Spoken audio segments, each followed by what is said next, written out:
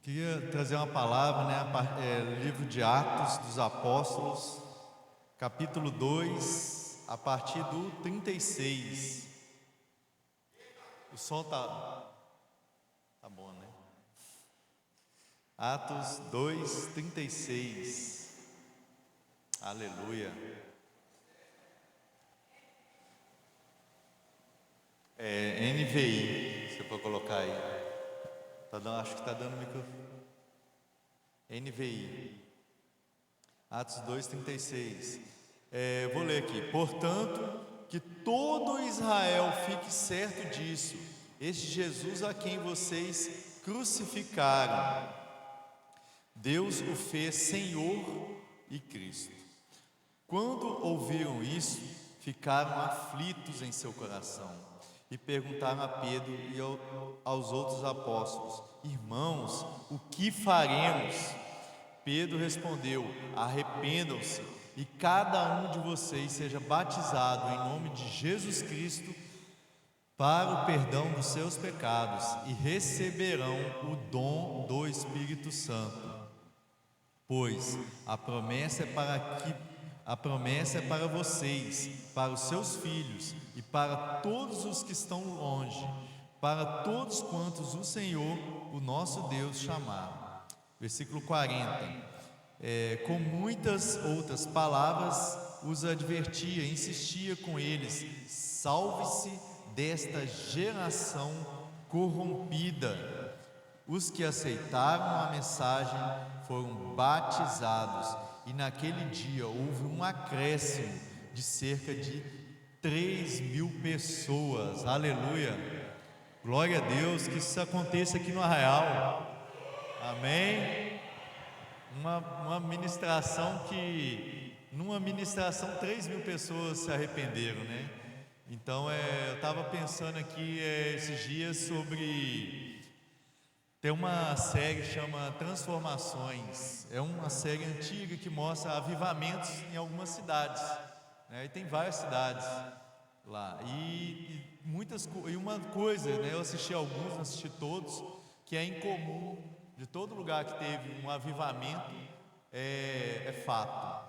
Não é diferente, né? Lógico, aqui na Bíblia. É arrependimento.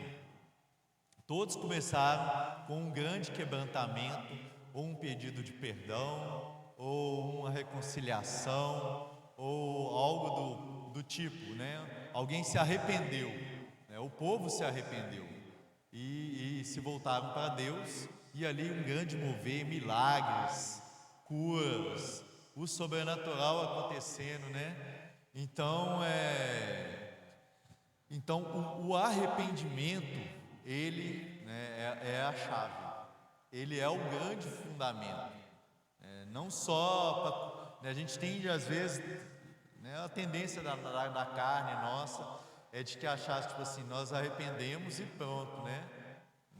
A tendência do ser humano, da carne, é tipo, beleza, nós começamos arrependendo e não precisa mais. Né? E nós vamos tocando a vida. E aí vem esfriando, né? O amor vai esfriando, né? Aquela paixão, aquele fogo, ele vai diminuindo. Então você vê aí muitas dessas cidades que passaram por um grande avivamento também esfriam, né? Então você vê lá as cidades, vamos pegar as cidades aí bíblicas, né? Jerusalém, né? Onde tudo começou. Aí hoje, né? Não tem não sei, né, quantos habitantes tem lá, mas acredito que tem mais do que isso de cristão. Mas enfim, Coríntios, né, Tessalônica, várias cidades que hoje, se você for ver, são cidades perdidas. Roma, né, você vê lá o apóstolo Paulo escrevendo aos romanos, aos cristãos lá. Então você vê um grande avivamento nessas cidades que depois de mais de 1.000 anos aí já esfriaram, né? Então assim, e países também, né, dessa série aí que eu assisti, dessas cidades hoje, muitas voltaram o que era antes, infelizmente. Então o grande segredo, né, do avivamento é o arrependimento, né? E não só falando da cidade, né? Vamos pegar aqui nós mesmos, né? O avivamento pessoal, que é o mais importante, porque não tem como ter um avivamento aqui, né, no Arraial, em Porto Seguro, se nós, cada um de nós, não nos reavivar, né? Apaixonar, né? Voltar a esse fogo do primeiro amor. Não tem como, né? Então tem que começar por nós, por cada um de nós. Um arrependimento, todos nós sempre temos algo para arrepender.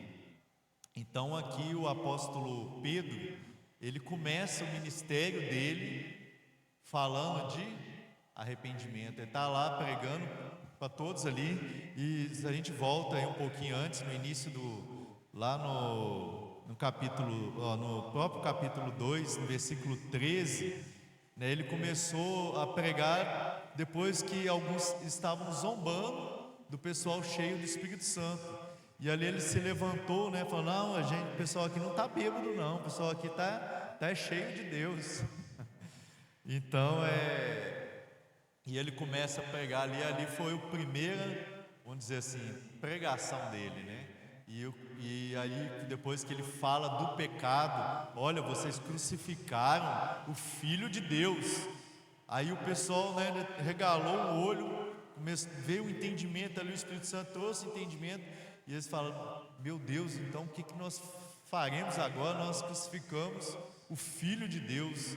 E ele fala ali: arrependam-se, volte-se para Deus.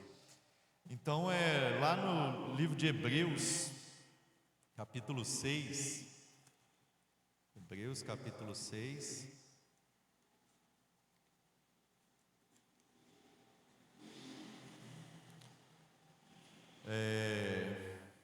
o apóstolo Paulo, Hebreus 6, a partir do 1, fala assim: portanto, deixemos os ensinos elementares a respeito. Aí quais são? Ele vai falar aqui dos ensinos elementares. Quem são esses ensinos elementares? A respeito de Cristo. E avancemos para a maturidade, sem lançar novamente o fundamento. Então qual que é o fundamento? Ele vai falar o fundamento do arrependimento de atos que conduzem à morte. Aí ele vai falar de outros fundamentos, né, da fé de Deus, instrução a arrependimento de batismo, etc. Mas queria só citar aqui o fundamento do arrependimento de atos. Então, mais uma vez aqui, né, o arrependimento, ele é o pilar. É a mesma coisa, você tem uma casa e vamos pegar aquelas casas que é feita nas ribanceiras, assim, lá em Belo Horizonte tem muito. Não é casa não, prédios de 30 andar, feitos assim nos barrancos. E aí tem uns pilares, aqueles pilaresão grandão.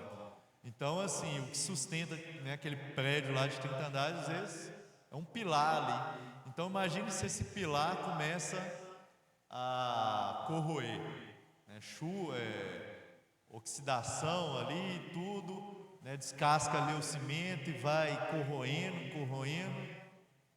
Né, aquele prédio pode vir ao chão, imponente, grandão, né? Então ele pode vir ao chão se o pilar ceder, né? Os pilares ali cederem, né? E o pilar principal da nossa vida é o arrependimento. A coisa mais triste é você ver, né, um cristão virar e falar: eu não me arrependo de nada do que eu faço. Isso aí para mim é triste, né? Então, a nossa vida, a vida do cristão é marcada por arrependimento. Essa é a marca do cristão, né? É o arrependimento, é se voltar para Deus a todo momento. Como a gente cantou aqui, Ele quebra as nossas razões. Então, é você perder a razão, né? Então, o arrependimento aqui, ele é o grande pilar dos que sustenta a nossa fé. Sem ele, aí a gente começa a roer o prédio, vai ali, o pilar vai desfarelando, né? Vai esfarelando, com o tempo desaba, né? Então isso acontece muito.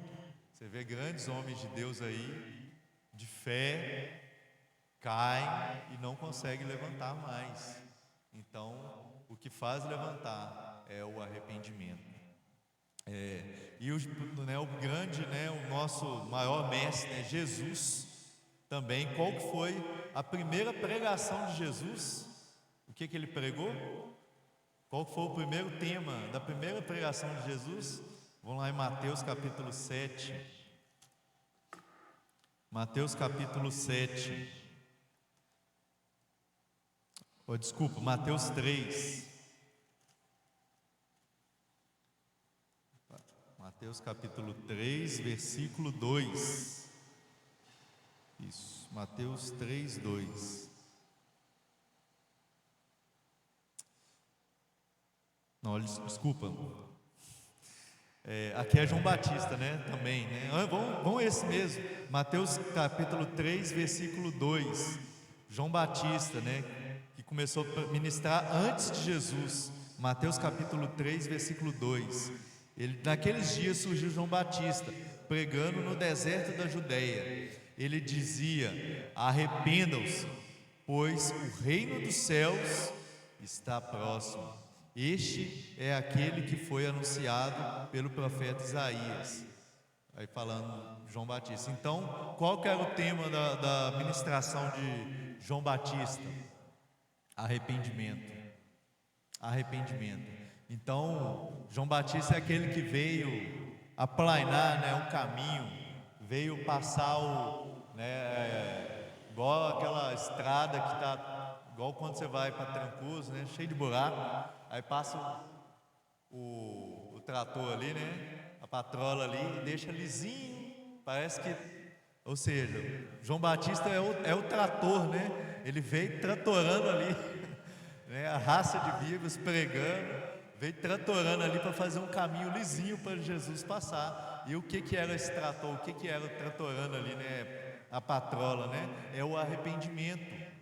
Veio nivelar ali, é o arrependimento. Então, João Batista pregou, primeira ministração, arrependimento. Né? Agora sim, vamos lá para que Jesus, Mateus 4. Mateus 4, 17. Agora sim. Então, aqui no próprio no livro de Mateus, né, no início do capítulo, é a tentação de Jesus, né, que foi levado lá para o deserto, e Satanás tenta ele, e logo depois, né, que ele sai dali, ele vai para Cafarnaum e começa o ministério. No versículo 17, ele diz o seguinte: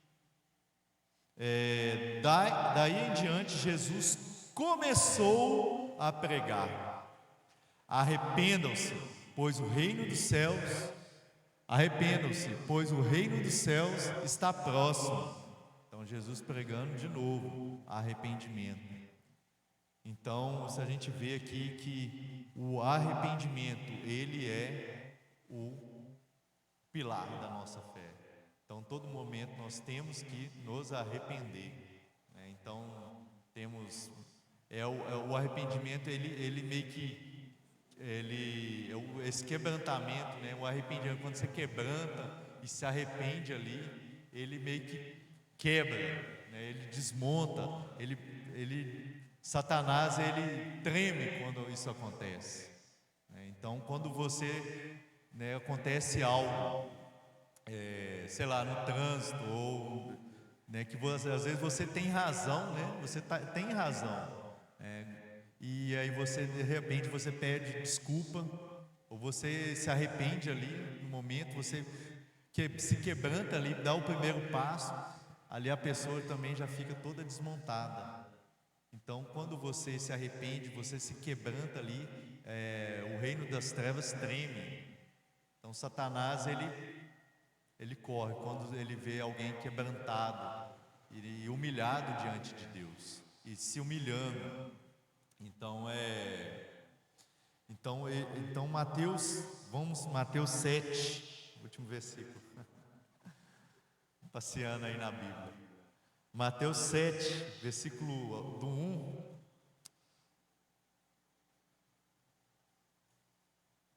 Mateus 7, do 1 ao 6.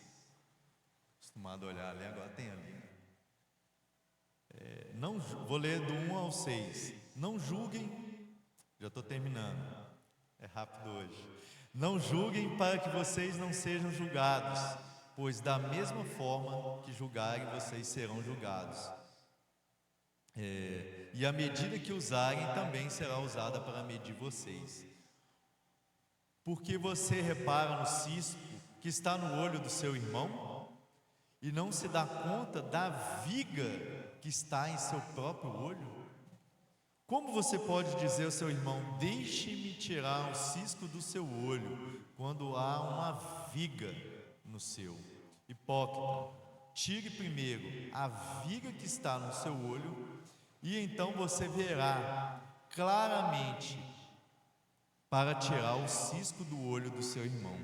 Não dei, aí ele vai, só até o 5 já está bom.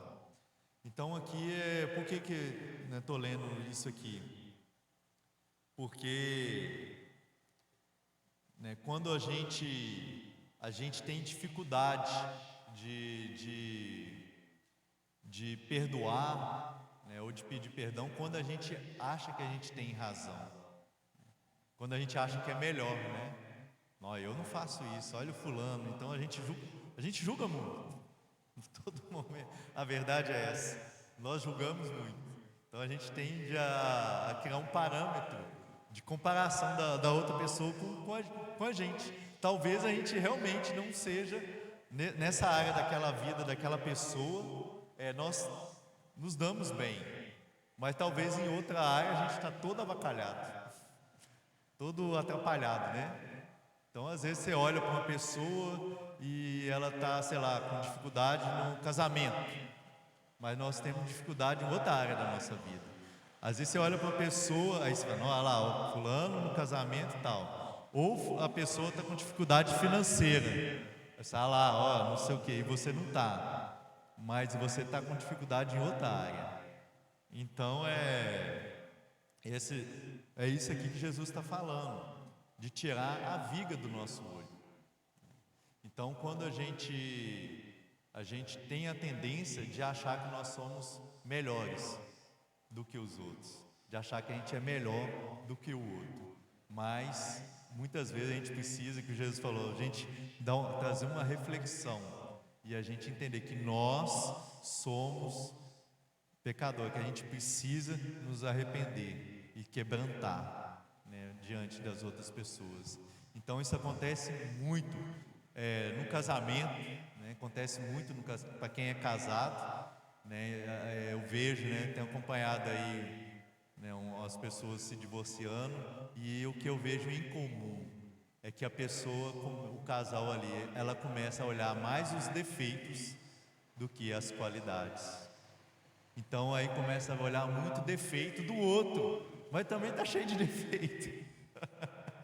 Então e fica ali julgando, e aí começa a se achar que é melhor, e aí acaba se divorciando, se separando. Então hoje tem muitos casos, e a maioria dos divórcios é porque um se acha que é melhor do que o outro. Então são duas farinhas no mesmo saco, tentando ali, e não só no casamento, mas no trabalho, talvez você é bom em tal coisa que você está fazendo, eu trabalho lá, tinha 4 pessoas trabalhando na loja lá. Cada um tinha um dom, Uma era boa no caixa, a outra era uma boa vendedora, a outra, sei lá, cada um limpava a loja, que é uma beleza.